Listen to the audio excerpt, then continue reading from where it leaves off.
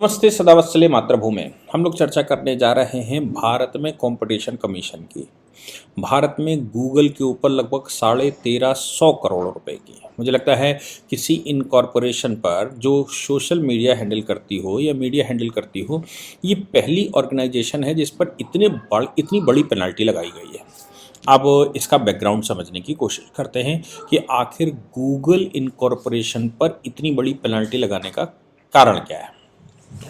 भारत में एक कानून पहले 1969 में बनाया गया था जिसको एमआरटीपी एक्ट कहा जाता था।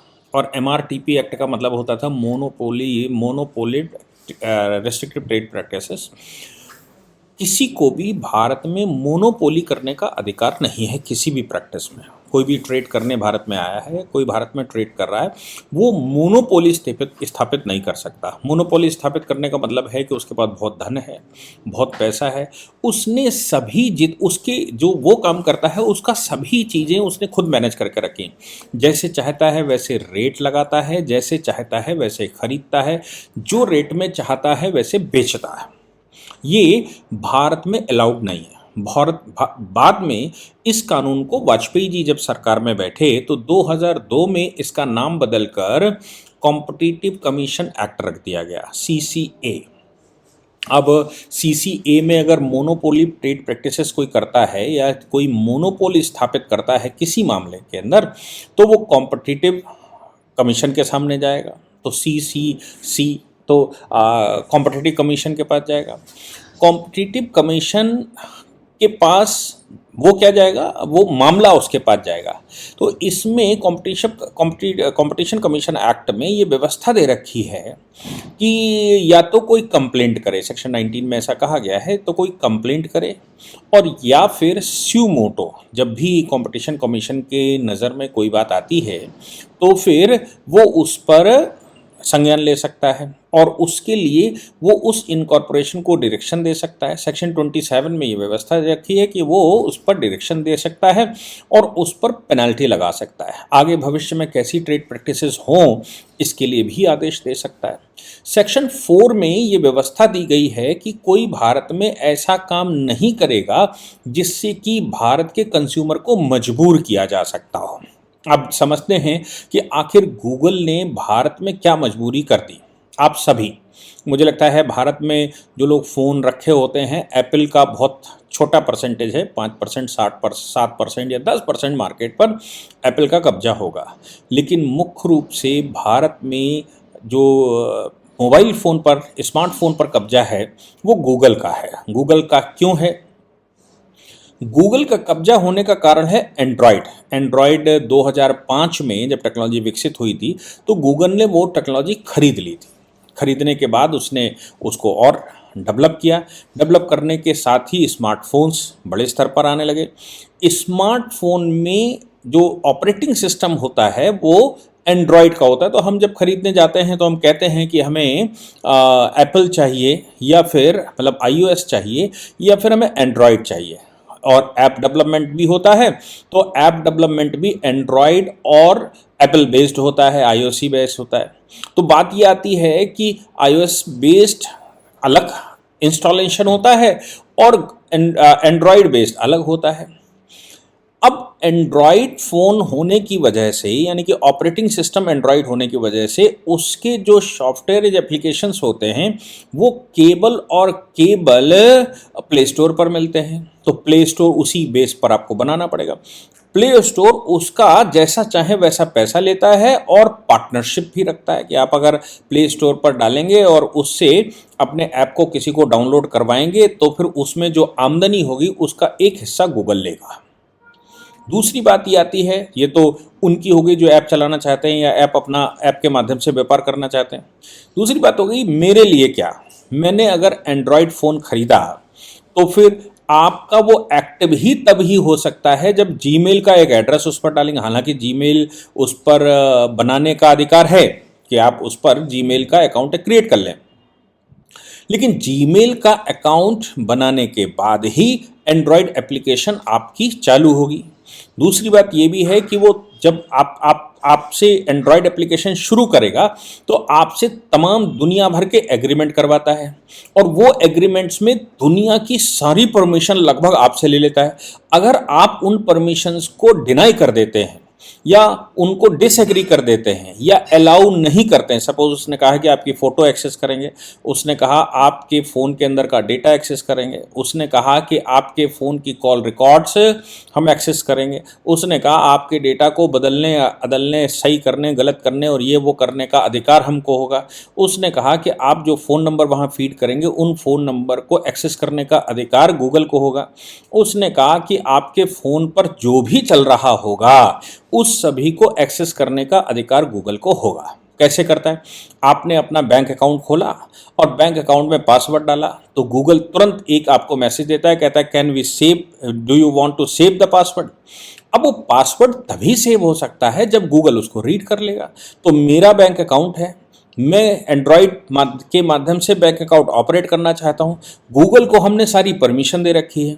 अब वो हमारे लिए सेव करने के लिए तो कहता है कि आप सेव करना चाहते हैं तो कर लीजिए, सेव का ऑप्शन लगा दीजिए, तो वो आपके फ़ोन पर सेव हो जाएगा।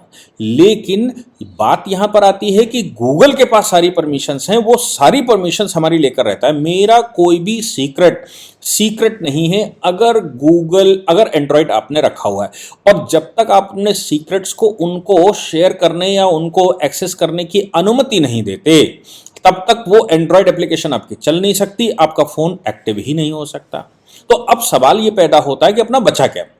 जब हमने सब कुछ दे दिया तो फिर उसकी जो स्क्रीन है, स्क्रीन लॉक होने के बावजूद हमारी एक एक एक्टिविटी गूगल के पास है। संभवतः लोग जहां तक कहते हैं कि जो न्यूड फोटोज आ जाती हैं, न्यूड तमाम तरह के सीक्रेट फोटोज आ जाती हैं, वायरल हो जाती हैं, उनके पीछे भी जो ऐप हमने डाउनलोड करके रखे हैं उन ऐपों को हम परमिशन देते हैं कि भाई आप हमारी फ़ोटोज़ ले सकते हो, वीडियो ले सकते हो, आप हमारे अकाउंट एक्सेस कर सकते हो, आप हमारा डेटा एक्सेस कर सकते हो, हमारे डेटा को बदल सकते हो, सही कर सकते हो, गलत कर सकते हो, ले सकते हो, दे सकते हो, मिटा सकते हो, सब कुछ। तो वो केवल गूगल की बात नहीं है, केवल एंड्रॉयड की बात नहीं है, वो आपने जो भी सॉफ्टवेयर डाउनलोड किया है, जो एप्लीकेशन डाउनलोड की है, उस एप्लीकेशन का लाभ आप तभी ले पाएंगे जब उसकी कंडीशंस को एग्री करते जाएंगे। और उसकी कंडीशंस में वो लिख देता है कि मैं सब कुछ एक्सेस करना चाहता हूं, बदलने का भी अधिकार रखता हूं। तो फिर बात यहां पर आती है कि हमारा क्या बचा। पैसे हमने दिए, खरीदा हमने, फोन का पैसा हम देते हैं, ऑपरेटिंग और सिम का पैसा हम देते हैं, जो उस पर चल रहा है, फ़ोन हम कॉल करते हैं उसका पैसा हम देते हैं। आपने फैसिलिटी दी, उस फैसिलिटी के साथ आप सारे अधिकार एक्सेस करना चाहते हैं, तो फिर और वो बाइंडिंग है। तो ये रिस्ट्रिक्टिव ट्रेड प्रैक्टिसेस में आता है, यानी कि ये ट्रेड प्रैक्टिसेस। अब आप पेगासस की बात करते हैं कि भाई पेगासस आपके फ़ोन पर आ गया, सब कुछ ले गया। आप मुझे बताइए, पेगासस से बहुत ज़्यादा खतरनाक हमारे पास एंड्रॉयड है, हमारे पास बहुत सारी एप्लीकेशंस ऐसी हैं जो हमारे एक एक डेटा को लेती हैं। तो फिर बचा क्या? हमारे यहाँ जासूसी भी करती हैं, हमारे घरों की जासूसी कर सकती हैं वो ऐप।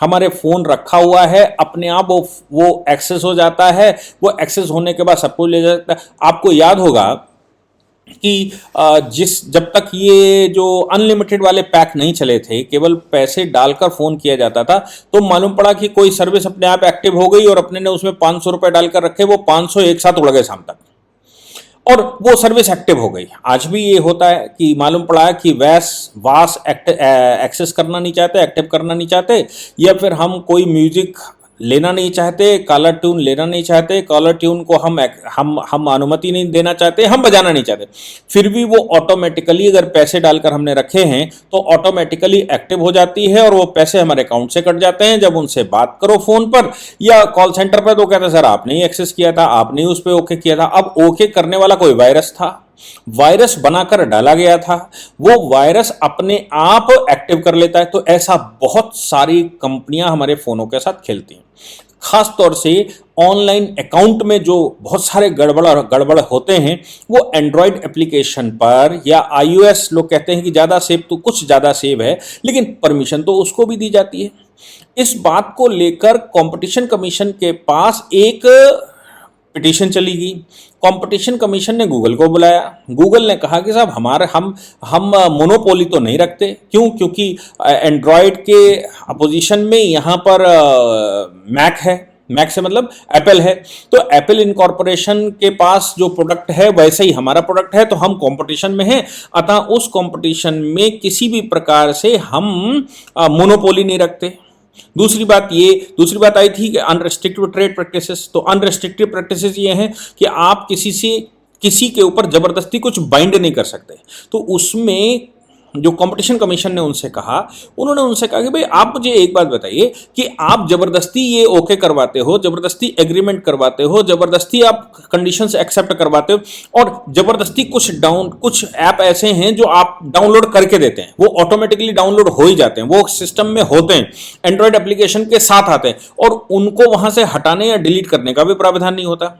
भाई हमारी फोन है, आपने एंड्रॉयड बेचा है, एंड्रॉयड बेचने का मतलब ये बिल्कुल नहीं है कि आप सारा डेटा हमारा जबरदस्ती एक्सेस कर लेंगे। आप चूंकि मैं 10-12-15 हज़ार रुपए का मोबाइल लेकर आया हूं, इसलिए आप जब तक डेटा हमारा लेने की अनुमति नहीं लेंगे आप स्टार्ट नहीं करेंगे, तो आपने फिर बेचा क्या? तो राइट तो सारे आप ले गए। तो इस मामले में unrestrictive trade practices, restrictive trade practices के मामले में भी गूगल फंसता दिखाई पड़ा। फिर कंपटीशन कमीशन ने उनसे ये कहा, संज्ञान लेते हुए, कि एंड्रॉयड की जो एप्लीकेशन है उसका कोई कंपटीशन नहीं है। एप्पल से एंड्रॉयड का कंपटीशन नहीं चल सकता। वो एक सेपरेट प्लेटफॉर्म है, आप एक सेपरेट प्लेटफॉर्म है। आपके प्लेटफॉर्म के अंदर कुछ कंपटीशन होता तो समझ में आता। आप एंड्रॉयड हो गए तो अब आईओएस आप पर डाल नहीं सकता। मैंने फोन लिया है तो मेरे फोन पर एंड्रॉयड एप्लीकेशन पर अगर वो फोन बना हुआ है तो वो एंड्रॉयड पर ही चलेगा। ऐसा नहीं है कि वो फोन आईओएस पर चल जाएगा, यानी कि एप्पल पर चल जाएगा। तो एप्पल का सॉफ्टवेयर इसमें नहीं आ सकता, इसका सॉफ्टवेयर उसमें नहीं जा सकता। तो दोनों मोनोपोली अपने अपने मामलों में रखते हैं। ऐसा नहीं है कि मोनोपोली आप रखते हैं। हाँ, आईओएस के साथ एक अच्छी बात यह है कि iOS आपको जबरदस्ती कुछ नहीं देता। आप अगर चाहें तो डाउनलोड कर लीजिए, मतलब ऑप्शनल रहता है। लेकिन एंड्रॉयड के पास ऑप्शनल नहीं है, एंड्रॉयड जबरदस्ती आपको देता है। इसलिए इस मामले में उन्होंने 1339.73 यानी कि 1340 करोड़ रुपए, मान लो 1340 करोड़ रुपए की सेक्शन 27 कंपटीशन एक्ट के तहत पेनल्टी लगा दी, और साथ में इंस्ट्रक्शन, डायरेक्शन दे दिए कि आपको ये सब ऑप्शनल रखने पड़ेंगे। आप इन ऐप्स को जबरदस्ती भारत में डाउनलोड नहीं करवा सकते, क्योंकि आपके इन ऐपों को डाउनलोड किए बगैर अगर एंड्रॉयड एप्लीकेशन चलती ही नहीं है तो फिर ये रिस्ट्रिक्टिव ट्रेड प्रैक्टिस है। इसलिए इनको एक पार्टिकुलर टाइम के अंदर खत्म करिए। जब ये पेनाल्टी लगा दी कंपटीशन कमीशन ने, तो कंपटीशन कमीशन ऑफ इंडिया की पेनाल्टी के खिलाफ या ऑर्डर के खिलाफ वो एनसीएलटी गए, नेशनल कंपनी लॉ ट्रिब्यूनल गए। नेशनल कंपनी लॉ ट्रिब्यूनल ने सीसीआई के ऑर्डर को रिव्यू करने से इस आधार पर मना कर दिया कि हम तभी रिव्यू करेंगे जब कम से कम पेनाल्टी का 10% आप जमा कर देंगे। अब पेनल्टी का 10% जमा करने का मतलब लगभग 140 करोड़ रुपए जमा करना पड़ेगा। 140 करोड़ जमा करने के बाद नेशनल कंपनी लॉ ट्रिब्यूनल के पास सुनवाई होगी।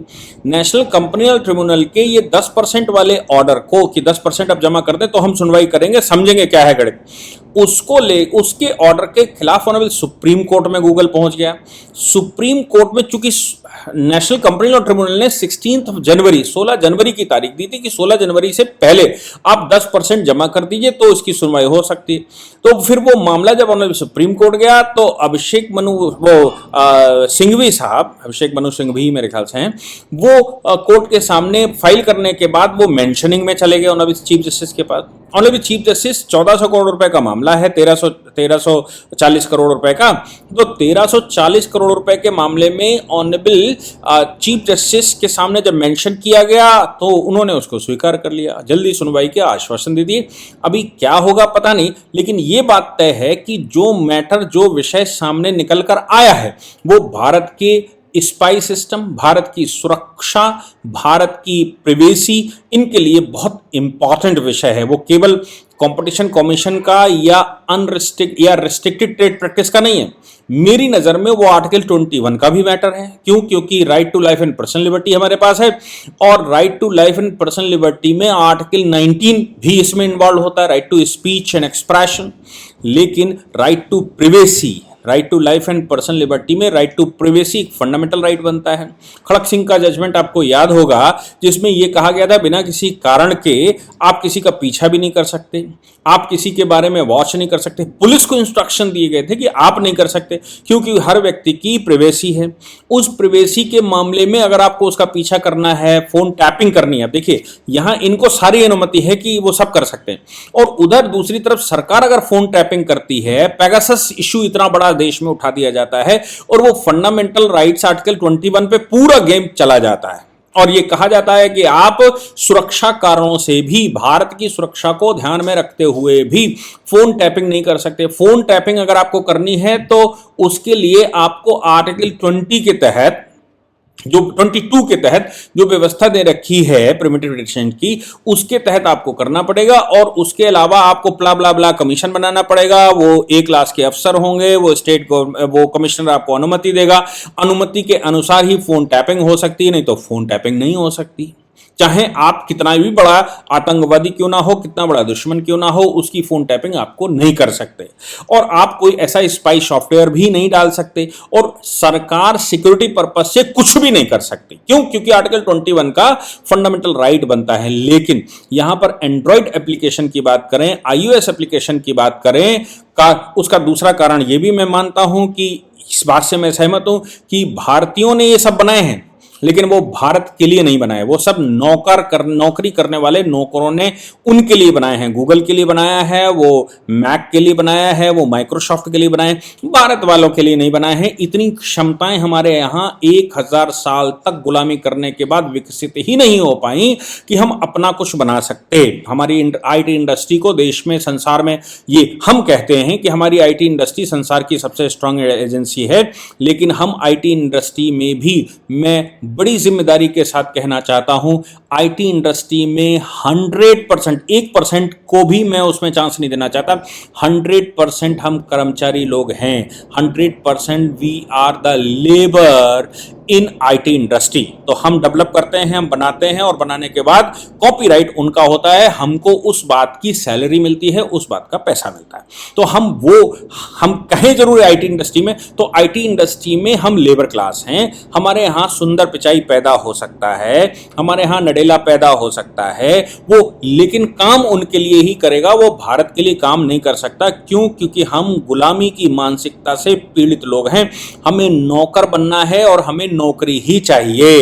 वो नौकरी सरकार की हो, वो नौकरी प्राइवेट हो, वो नौकरी माइक्रोसॉफ्ट की हो, वो अच्छे अच्छे पैकेज। तो लेबर को पैकेज चाहिए भाई। लेबरी कनॉट प्लेस पर करता है उसकी लेबरी, नरीमन पॉइंट पर लेबरी करता है उसकी लेबरी, और कहीं देहात में, गांव में लेबरी करता है तो अलग अलग प्राइस होते हैं। वैसे ही हमारे यहाँ नौकरी करने वाले लोग अच्छी कंपनी विदेशों में जाकर घास छिलते हैं, टैक्सी ड्राइवर बनते हैं और वहां रिक्शा चलाते हैं, लेकिन वो NRI कहलाते हैं और उनको वो पसंद है, लेकिन भारत में वो करना पसंद नहीं है। ये इसका कारण ये है। लेकिन इसी मानसिकता की वजह से ये कंपनियां भारत के लोगों का इस्तेमाल करते हुए भारत में ही हमको ही रिस्ट्रिक्टिव ट्रेड प्रैक्टिसेस में बांध देते हैं, और हमारे अधिकारों को, हमारी प्राइवेसी को, जिसके लिए हम दुनिया भर की लड़ाई लड़ते हैं, वो प्राइवेसी हम पूरी उनके सामने ओपन कर देते हैं। मुझे लगता है कि कंपनी लॉ ट्रिब्यूनल का या कंपटीशन कमीशन ऑफ इंडिया का ये बड़ा भारी योगदान है। हाँ, इसके बड़े डेंजरस खतरे भी हैं, क्योंकि अगर एंड्रॉयड के अगेंस्ट में हमारे पास कोई एप्लीकेशन नहीं है, अगर iOS के अगेंस्ट में हमारे पास वैसी कोई एप्लीकेशन नहीं है, तो फिर भारत में इस तरह की पेनाल्टी लगाकर भी क्या कर लेंगे। अगर ये कह देते हैं वो कि हम भारत में ऑपरेशन अपना बंद करते हैं, तो हमारे पास ऑप्शन क्या है? बहुत सारे प्रश्न जो सरकारों के ऊपर हैं, जो IT इंडस्ट्री को भारत में लाए उनके ऊपर हैं, जो IT इंडस्ट्री के प्रोफेशनल्स अपने आप को कहते हैं उनके ऊपर हैं, और जो हमारे यहाँ तथाकथित IIT अपने आप को कहते हैं। मेरा मानना है कि उनके पास टेक्नोलॉजी सबसे बाद में आती है और वो खुद ही एक भेड़िए मिसान की तरह भाग भाग कर कैसे नौकर बन जाएं, किसके नौकर बन जाएं, किसी बड़े आदमी के यहाँ चपरासी का काम मिल जाए IT इंडस्ट्री में। मतलब चपरासी का काम मतलब केवल हम वो एंड्रॉयड एप्लीकेशन में एक लाइन लिखना सीख जाएं, करते हैं।